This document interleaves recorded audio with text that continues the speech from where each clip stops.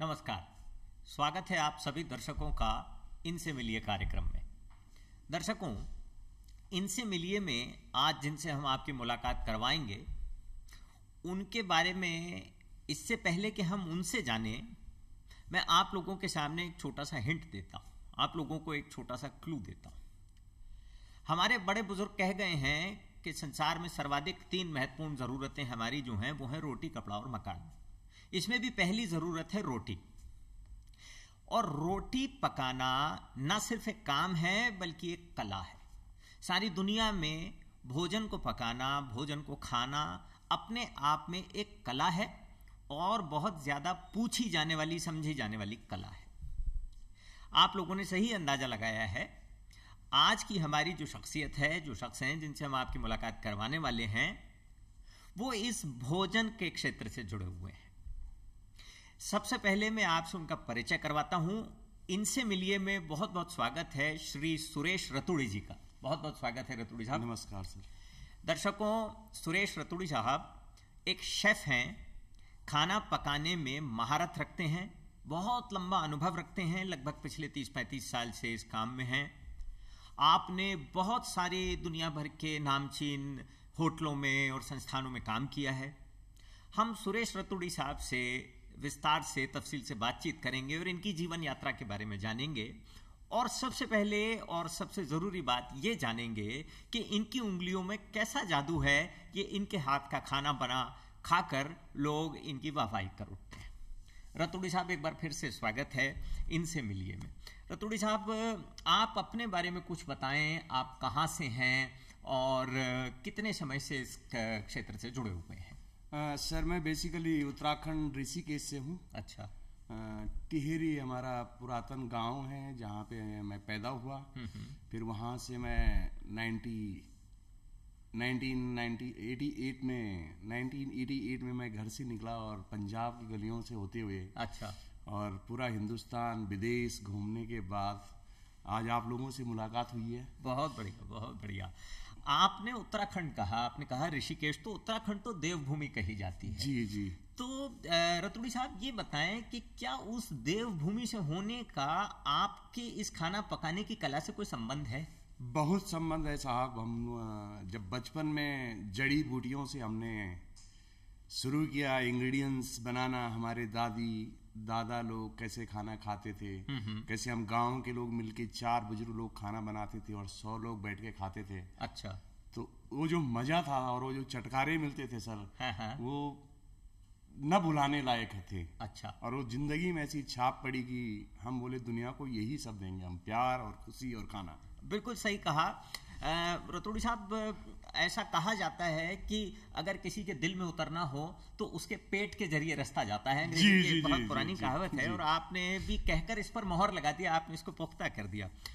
रतुड़ी साहब, आपने एक बड़ी इंटरेस्टिंग बात बताई कि जड़ी बूटियों से आप खाना बनाते थे। जी। थोड़ा सा इसके बारे में बताइए, कैसे? सर, हमारे जो पहाड़ों के इंग्रेडिएंट्स हैं वो बड़े सीक्रेट इंग्रेडिएंट्स हैं और वहीं के लोगों के लिए यूज होते हैं। अच्छा। जैसे जख्या होता है हमारे यहाँ, उत्तराखंड में जख्या बहुत फेमस चीज है, तड़के के लिए किया जाता है। हमारे यहाँ चिरायता होता है जो स्पेशली काढ़ा जिसका बनाया जाता है। आप सुबह पीजिए, आपका ब्लड शुगर, ये मतलब आयुर्वेद के हिसाब से है सब चीजें जो आपको फिट रखने के लिए, हेल्थी रखने के लिए है। फिर हमारे यहाँ धनिया है तो फ्रेश धनिया ही हम यूज करेंगे खाने में। जैसे लहसुन हमने डालनी है खाने में तो हम पत्ते की चटनी बना लेंगे और लहसुन तड़का में यूज कर लेंगे। तो गाठिया लहसुन एक हमारे यहाँ होता है, गाठिया लहसुन, तो वही हम पहाड़ों में यूज करते हैं और उन्हीं से हमारे घरों में खाना बनता है। अच्छा।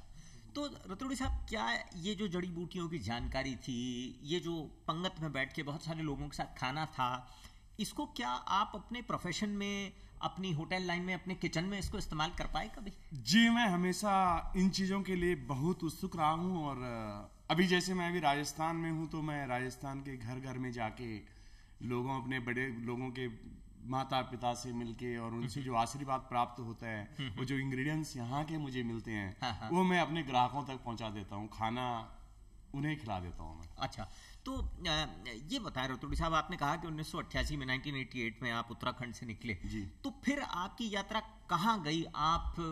आपने क्या इसमें कोई कोर्स किया होटल मैनेजमेंट में, या आपने कुछ शेफ बनने के लिए कुछ खास विशेष पढ़ाई की? जी, मैंने फूड क्राफ्ट कोर्स किया। हाँ। जो देहरादून से था, फूड से बेसिक सिखाया जाता था वहाँ पे हमें। ओनली इंग्रेडिएंट्स, बेसिक चीज क्या है। हाँ। तो जो रिक्वायरमेंट था मेरा वो वहाँ से पूरा हो गया था मेरा। अच्छा। तो मैं नौकरी करता रहा, 10वीं तक भी मैं प्राइवेट करता रहा और अपना काम जिंदगी में शुरू रखा मैंने। अच्छा। फिर पंजाब से मैं मुंबई चले गया। अच्छा। फिर मुंबई में मैंने काफ़ी सारे 5 सितारा होटलों में काम किया जी। तो मेरा जीवन कैरियर छोटे से और चलता रहा। हाँ। तो इन चीज़ों से बहुत अच्छा फायदा हुआ मुझे। हाँ, कि मुझे हाँ, दुनिया घूमने को मिली और कल्चर देखने को मिले। फिर मैं विदेश चले गया। अच्छा। मैं Dubai, Singapore, Malaysia, Hong Kong, China, जी, इन जगहों पे मैं काफ़ी कुछ इनका भी लिया है आपने उसमें। तो एक्सपीरियंस ऐसा हो गया कि एज अ हॉस्पिटैलिटी जो मेरे को सपोर्ट किया इन चीज़ों ने, कल्चर जानने में। तो रतुड़ी साहब, आज से 30-35 साल पहले एक छोटे से उत्तराखंड के गांव से निकलकर आप देश दुनिया घूम लिए, आपने तरह तरीके के कल्चर्स देखे, जैसा कि आप अपनी खुद की जबान से बता रहे हैं। अगर मैं आपकी चॉइस पूछूं, अगर मैं आपकी रुचि पूछूं, तो आपको सबसे बढ़िया भोजन कहाँ का लगा और क्यों? ऐसा क्या खास था उस बात में, उस भोजन में, जो आपको सबसे अच्छा लगा? सर, मैं लोकल पे ज़्यादा ध्यान देता हूँ। अच्छा। मैं लोकल और सीजनल फूड पे ज़्यादा ध्यान देता हूँ। और जो चीज़ अभी अवेलेबल है, जैसे कि मैंने बताया कि गो विद फ्रेशनेस, तो हम लोग ताज़ा और शुद्ध खाना बनाएं, तो वही मैं लोगों को परोसता हूँ। तो मेरे फेवरेट, सब कुछ मेरा फेवरेट। अगर राजस्थान है तो मैं राजस्थान खाना मेरा नंबर 1 है। जी जी जी जी। अगर आप मुझे बोलो कश्मीर का खाना हमें खाना है सर, तो मैं कश्मीर का बेस्ट खाना खिलाऊंगा आपको। तो मैं कश्मीर से ही आपके इंग्रेडिएंट्स लेके आऊंगा, फिर खाना पकाऊंगा। अगर नहीं हो पाया तो मैं आपको बोल दूंगा सर धन्यवाद, आज मेरे पास यही है चूल्हे में। जी, तो हमने आपसे एक बहुत महत्वपूर्ण चीज़ यहाँ सीखी। दर्शकों, अगर आपने ध्यान दिया हो तो रतुड़ी साहब इतना लंबा अनुभव रखते हैं, देश दुनिया घूमे हैं, और आपने कहा है कि सीजनल फूड खाना और जो इंग्रेडिएंट्स फ्रेश अवेलेबल हैं, यानी कि जो ताज़ा चीज़ें उपलब्ध हैं, उन्हीं के द्वारा पकाया गया खाना। और शायद आप ठीक कह रहे हैं रतुड़ी साहब, अगर इस तरीके से भोजन पकाया जाता है तो हर जगह का भोजन विशेष है और हर जगह का भोजन बहुत अच्छा है। आप सही कह रहे हैं। विदेश का अनुभव कैसा रहा? आपने कहा दुबई रहे, मलेशिया रहे, सिंगापुर वगैरह रहे, तो विदेश का अनुभव कैसा रहा और वो हिंदुस्तान से कैसे अलग है? सर, हिंदुस्तान ही पूरी दुनिया है। अच्छा। मुझे ये देख के लगा है कि दुबई भी जब गए तो खाना क्या होता है उन्हें हम लोगों ने ही सिखाया है। ओके, अच्छा अच्छा अच्छा। तो हमारे जो बिरयानी है, हमारे गांव में बिरंजी बोलते थे। अच्छा। ये बिरयानी तो अलग वर्ड हो गया है, क्योंकि तब हमारा एजुकेशन सिस्टम और इतना कनेक्टेड नहीं थी दुनिया उस समय। तो हम लोग गढ़वाल में बनाते हैं तो बिरंजी बनाते थे हम लोग। अब मैं होटल इंडस्ट्री में आया तो कुछ दिन बाद देखा कि ये बिरयानी ऐसे बन रही है। मैंने कहा बिरयानी ऐसे बन रही है, ये तो हमारा गांव का खास खाना है। तो फिर मैं वो बिरयानी को जब दुबई वगैरह में गया और उन्हें वो बिरयानी खिलाना शुरू किया, तो अब उनका क्या होता है कि देखो सर, खाना तो प्लेट है और उनका खाना जो है तो हम उसकी रिस्पेक्ट करते हुए ऊजी बनाना शुरू किया मैंने वहाँ पे। तो ऊजी बनाना, ऊजी के उसको अपने बिरयानी को ऊजी में कन्वर्ट करके उनको सिखाना शुरू किया। तो काफ़ी मतलब अनुभव ऐसा रहा कि वहाँ पे हम लोग छा गए थे पूरे, हर गांव से। वहाँ भी लोकल्स लोग हमारे बिजनेस में पार्टनर हो गए थे। अच्छा अच्छा, मतलब काफी आपका जो ये फॉर्मूला था ये बहुत हिट गया, लोगों ने इसको बहुत सराहा, लोगों ने बहुत इसको पसंद किया। रतुड़ी साहब, ये जो आप बम्बई घूमे, आपने कहा आप गोवा में भी रहे और बहुत सारी जगहों पे आपने 5 सितारा और 7 सितारा होटलों में काम किया जी। तो इसका अनुभव कैसा रहा आपको? आपने यहाँ क्या सीखा? यहाँ ऐसी क्या चीज आपने सीखी जो आप अपने साथ लेकर नहीं आए थे, जो आपने नहीं सीखी थी? बस प्यार बांटिए सर सब में। जी जी जी जी। इज्जत मिला, शोहरत मिला। हाँ। और कल्चर मिला। तो ये चीज मैं सीखा और सभी से ये कहता हूं मैं कि दिल से मिलिए। और जो काम आप कर रहे हैं उसको मेहनत और लगन से करिए। हाँ, ये बहुत महत्वपूर्ण है जी। मैं समझ रहा हूँ आप शायद ये कहना चाह रहे हैं कि इस तरीके की जगहों पे काम करके डिसिप्लिन के साथ, और जो आपको लोगों ने अप्रिशिएट किया वो आपकी शायद सबसे बड़ी संपत्ति रही। जी जी। रतूड़ी साहब, आप इतनी जगहों पे घूमे, इतनी बड़ी बड़ी जगहों पे आपने काम किया, क्या कभी सेलिब्रिटी के लिए, कभी किसी विशेष व्यक्ति के लिए आपने खाना पकाया, और पकाया तो वो कौन कौन लोग हैं? जी, ऐसे तो जिंदगी में काफी सारे लोग हैं। मीडिया से हैं लोग, फिल्म इंडस्ट्री से हैं। अमिताभ बच्चन सर के जब 60वीं वर्षगांठ हमने मनाई थी मुंबई में, तो उसमें मेन शेफ मैं ही था। अरे, और मेरे हाथ का खाना परोसा गया था जी।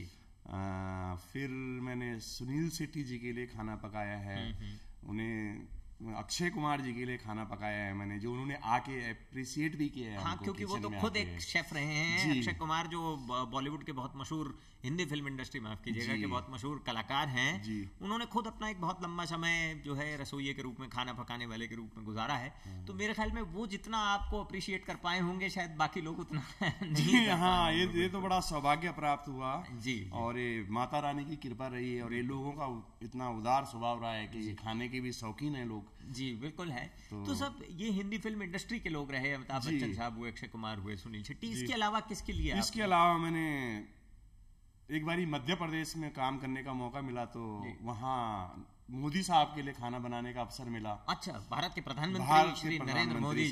बहुत बढ़िया, बहुत बढ़िया। फिर वहाँ पे मैंने क्रिकेटर के लिए, आईपीएल जब चल रहे थे, तो आईपीएल की पूरी क्रिकेट टीम का खाना मैंने अपने हाथों से बनाया है। अच्छा। और पीछे हम बाहर स्टूडियो से वो लोग खेल के आ रहे हैं, और पीछे हम स्टूडियो में ही खाना उनका परोस रहे हैं वहाँ पे। अच्छा। तो उस समय धोनी साहब बोलते थे कि खट्टी मीठी अंगूर चाहिए मुझे। अच्छा। तो कहीं अवेलेबल नहीं होती थी। हाँ। तो उन्होंने इतना अप्रिशिएट किया खाना की, उसके बाद में उनको घर में भी 1-2 बारी खाना पकाया, पर हम तो अब ऐसा रहता है कि सामने भी नहीं जा पाए, लेकिन हमारे कानों तक आ जाता कि भाई खाना बहुत पसंद आ रहा है साहब को।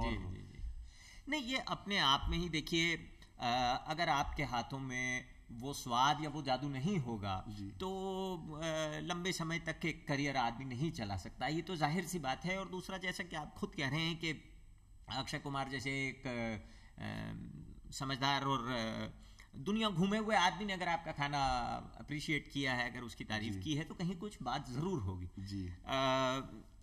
ये बताएं सर कि होटल लाइन जो है, जिस लाइन में आप हैं, और इसमें बहुत सारे काम होते हैं, होटल्स के भी अलग अलग आयाम होते हैं। आप फूड से रिलेटेड, आप भोजन से रिलेटेड लाइन में हैं, शेफ हैं। तो आजकल जो है वो युवाओं में होटल लाइन के प्रति बहुत ज़्यादा मोह है। होटल लाइन बहुत पॉपुलर है इन लोगों के बीच में, बहुत ज़्यादा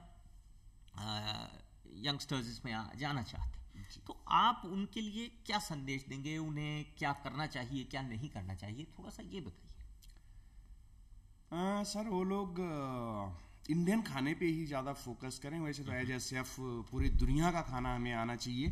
अगर दुनिया का खाना हमें पता है, थाईलैंड का खाना क्या है, जापान का खाना क्या है, और वो स्वाद वो चखना जरूरी है।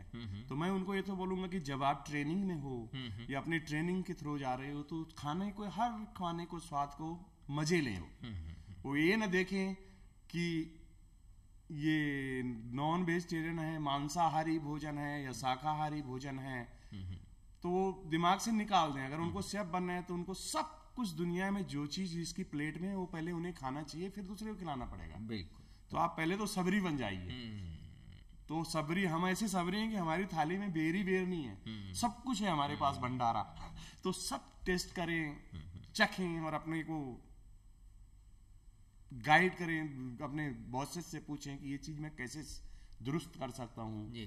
हार्ड जॉब है। कई लोग तो बेचारे ट्रेनिंग के बाद ही छोड़ के चले जाते हैं। उन्हें लगता है कि कैरियर ही नहीं, पर एक शेफ का कैरियर है जो बहुत ही उन्नत कैरियर है, और अच्छा प्रॉस्पेरिटी भी है आपके पास, नाम भी है, नॉलेज भी है। तो ये 10-20 साल में आपको पता लगेगा इंडस्ट्री में कि एक अच्छा शेफ क्या होता है। तो ये बच्चों के लिए यही संदेश है कि खूब मेहनत करें। हमारे पास जैसे आयुर्वेद की जड़ी बूटियां हैं, उन पे रिसर्च करके कुछ खाना, हेल्दी खाना बनाएं। अपने घरों से स्टार्ट करें खाना बनाने, ताकि माता पिता भी आपका बिल्कुल अप्रिशिएट कर सके। बच्चे हैं घर तो से स्वाद भी आ जाता घर है, से हर स्वाद घर का हर कल्चर का अपना स्वाद होता है। और कोई बच्चा है अपनी माँ से सबसे ज्यादा अच्छा खाना बनाना सीखना माँ से सीखता है। बिल्कुल सही कह रहे हैं। तो माता पिता को खाना खिलाए, पका आप खिलाएं उनको और उनसे अपने फीडबैक लें, फिर आप अपने बॉसेस को पकाएं, फिर 2-4 लोगों के लिए पकाएं। तो इस तरह से खाना पकाने का जब आपका सपना नहीं उसको साकार आपको ही करना है तो आप मेहनत करना सीखिए। सबसे पहले तो जब मेहनत करेंगे बच्चे तो आगे जरूर बढ़ेंगे। बिल्कुल सही बात है। तो युवा साथी जो हमारे कार्यक्रम देख रहे हैं, आप खुद रतुड़ी साहब के मुंह से सुन रहे हैं और इनका अनुभव बहुत लंबा है, 3 दशक से ज़्यादा हो गया, कि घर से पकाना शुरू करें। घर में आपके माता पिता को राहत भी मिलेगी और आप लोग एक ऐसे काम में रत रहेंगे, ऐसे काम में जुटे रहेंगे जिससे सबका फ़ायदा होगा। रतुड़ी साहब एक बात और बताइए जी। आजकल दुनिया जो डिजिटल माध्यम से बहुत ज़्यादा कनेक्टेड है, इलेक्ट्रॉनिकली दुनिया बहुत ज़्यादा कनेक्टेड है जी। तो यूट्यूब वगैरह जैसी चीज़ों पर शेफ्स हैं, चैनल्स हैं, खाना पकाना सिखाते हैं। क्या आपका इस माध्यम के बारे में क्या कहना है? क्या बच्चे इन चीज़ों से सीख सकते हैं और क्या सीखना चाहिए? सीख सकते हैं सर। आप टीवी देख रहे हो तो रेसिपी अगर कोई शेफ बता रहे हैं और वो 20-30 साल पुराना अनुभव है उनका खाना बनाने का, और एक तो लाइट कैमरा अलग चीज है सर, और खाना जब हम पब्लिक के लिए प्रोफेशनली पकाते हैं वो अलग चीज होती है। ये बहुत बड़ा फर्क है, ये बहुत बड़ा फर्क है। मैं यही सुनना चाह रहा था, आपने एक बहुत महत्वपूर्ण पॉइंट बताया जी। बोले, आगे बताएं। तो वो लोग अगर आप लोग जब इंडस्ट्री चुन रहे हो जी, तो आपको जब खाना पकाना होगा तो आपको क्या बेस्ट है आपको वो पकाना है। आपको मैं बता रहा हूं, मैं 10 साल तक आपको ट्रेन करता रहेगा, या 2 साल 3 साल में आपको ट्रेन करता रहेगा, लेकिन 3 साल बाद आपको खुद एक किचन संभालना है। तो उस समय आपका कोई नहीं है, आपका सामने कस्टमर है आपका और आप हो, तो 2 का डील चल रहा है, तीसरा कोई नहीं उसमें। तो आप नहीं बोल सकते हो कि मैं फलानी जगह से सीखा है, उसको सीखा है। आपने क्या सीखा है वो आपकी प्लेट है, आपकी पहचान आपकी लास्ट प्लेट है कि आपने खाना खिलाया, वो गेस्ट को पसंद आया, आपकी वाह वाह होगी। बिल्कुल।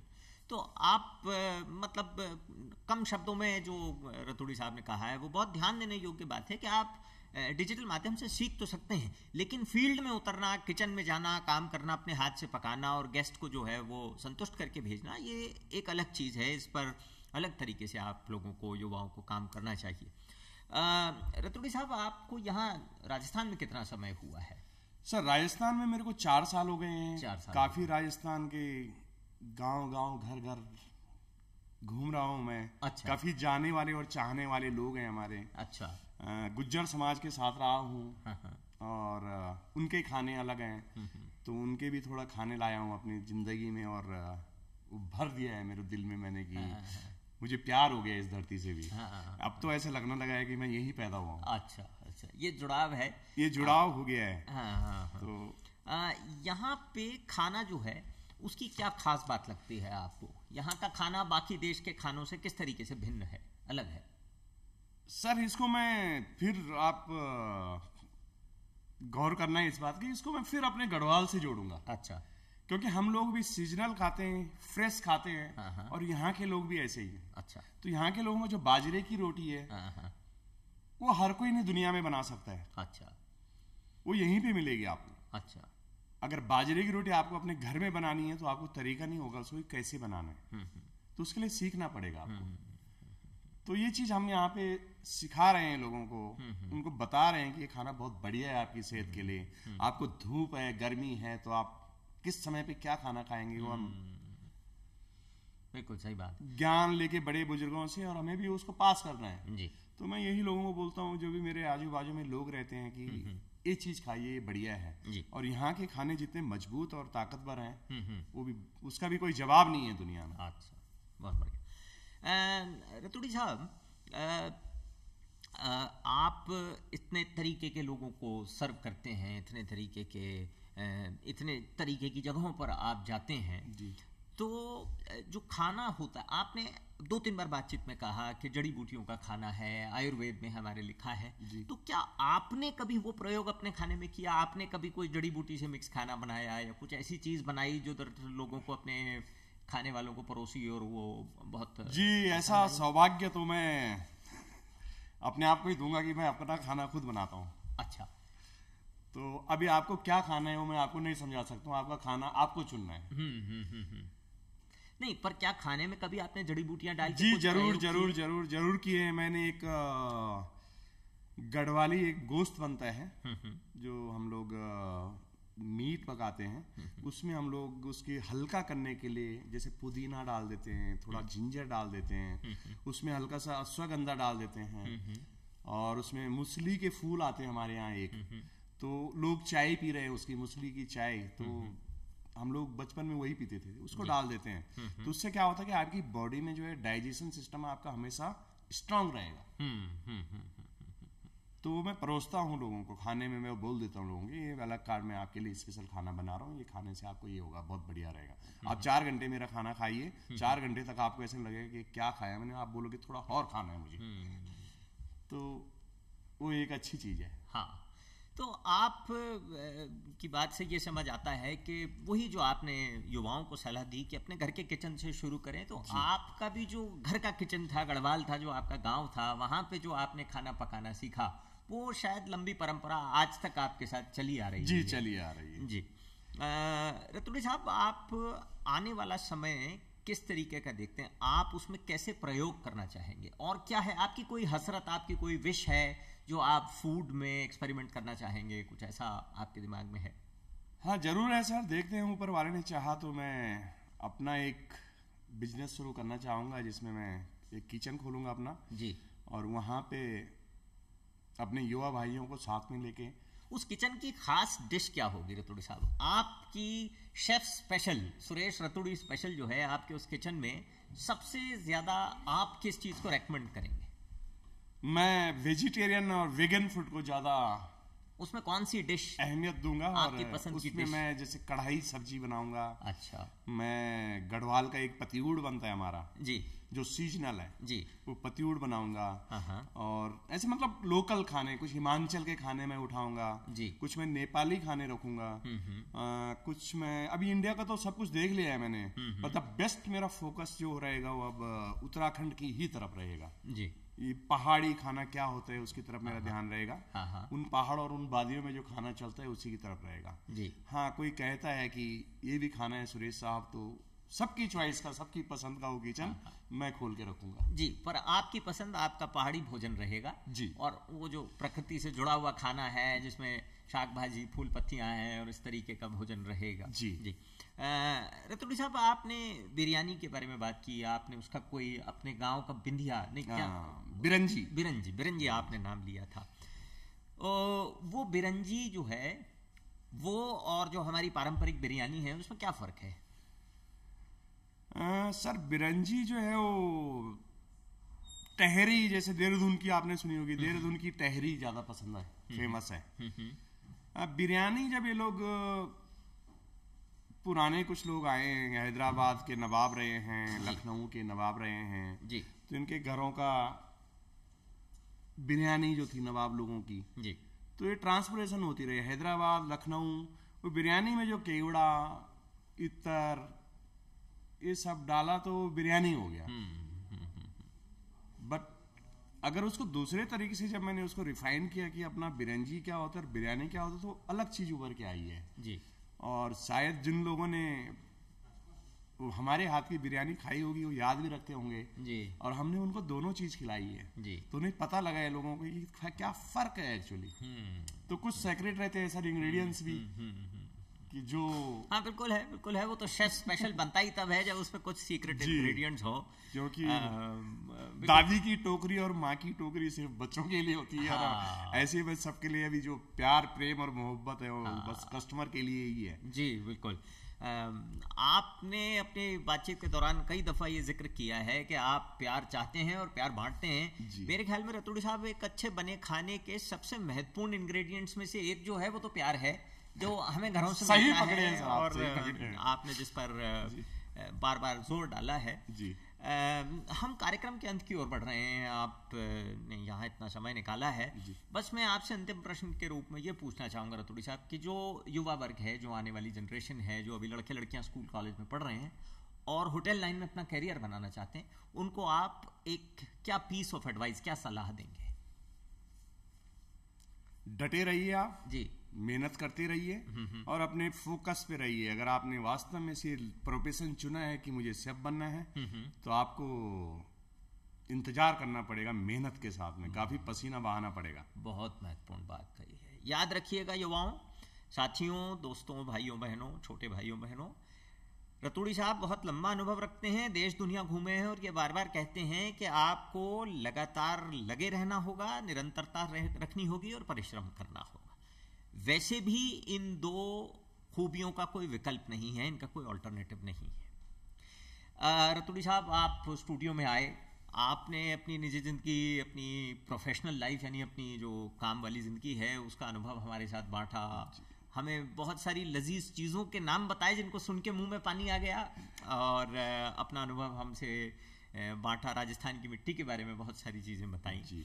इसके लिए हम सभी दर्शकों की ओर से और स्टूडियो की ओर से आपका आभार व्यक्त करते हैं। मैं भी आप लोगों का बहुत बहुत आभार व्यक्त करता हूँ सर। उम्मीद करते हैं कि आप और हम इसी तरह मिलते रहेंगे, अच्छा भोजन खाते रहेंगे और स्वस्थ पकाते भी रहेंगे सर। हाँ, पकाते रहेंगे और खिलाते भी रहेंगे और बातें भी होती रहेंगी जी। दर्शकों, ये था हमारा आज का इनसे मिलिए, जिसमें आपने मुलाकात की मशहूर सेलिब्रिटी शेफ श्री सुरेश रतूड़ी साहब से। आगे भी हम आपके लिए कार्यक्रम इस तरीके से लाते रहेंगे। उम्मीद है आपको ये कार्यक्रम पसंद आया होगा। इजाज़त दीजिए अगली कड़ी तक। नमस्कार।